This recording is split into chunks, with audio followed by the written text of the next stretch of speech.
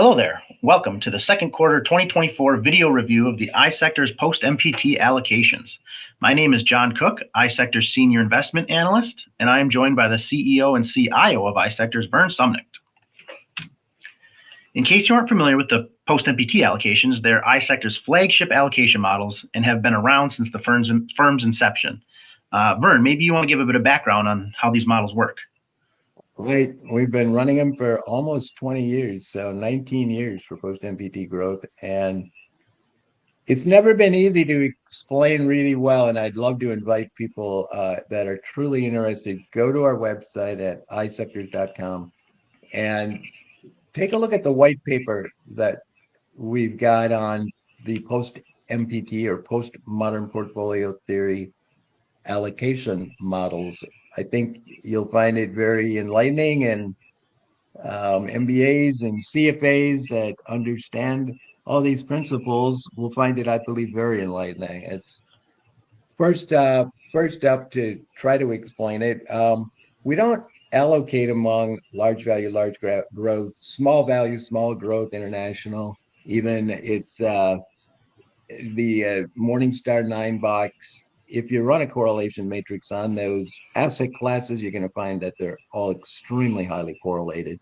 And that's why when the market goes up, they all go up. When the market goes down, in fact, they all go down. We've allocated the portfolio among 9 asset classes or primary sectors that are less correlated, to say the least, or lower, even sometimes negative correlation. So that's where we start. And then we use an algorithm that's based on capital market and economic factors. We have a lot of capital market and economic factors. We've got statistical analysis of the lag times and lead times, and that's all brought in on a monthly basis. So all of these changes in all of these sectors, and then all of the changes in all of the capital and economic factors are analyzed for those and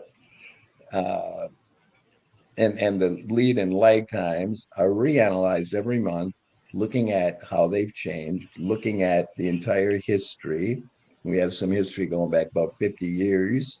And then mathematically, we're creating an allocation for the month based in basically these 9 asset classes that you see up there.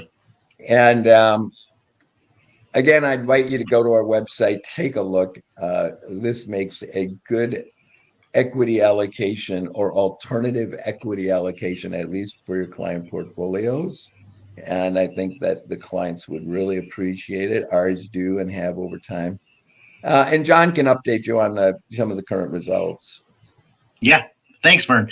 I'll say one thing. The chart here shows that moderate or even no or negative correlation that you were talking about amongst the sectors we utilize, unlike the Morningstar style box you mentioned. But there's one thing our sectors have in common with those Morningstar style boxes, and that is that technology and large cap growth names have been by far the best performers out of the bunch. You can see on this chart, the blue line is the MSCI Technology Index ETF from Fidelity, by far outpacing the other 8 sectors that we utilize within our model. Right, but we came to that asset allocation decision completely objectively based on changes in capital market and economic factors over time, and so it's a allocation that makes sense for for real sound principles. So go ahead, John. Sorry. Right. And that leading to our current allocations within these models, we've had a near 30% allocation to technology this entire year in both our growth and moderate versions of the model. So for now, we've been happy with the results from technology. 30% is the maximum equity sector allocation that a sector can have within the model, with bonds being the only exception to that at 50% maximum allocation. So we've been near max in technology all year and near max in gold bullion all year. And both of them have had phenomenal 2024s thus far. which has resulted in, as you see in the chart here, with the blue line being the iSectors Post MPT Moderate allocation and the green line being the Post MPT Growth allocation.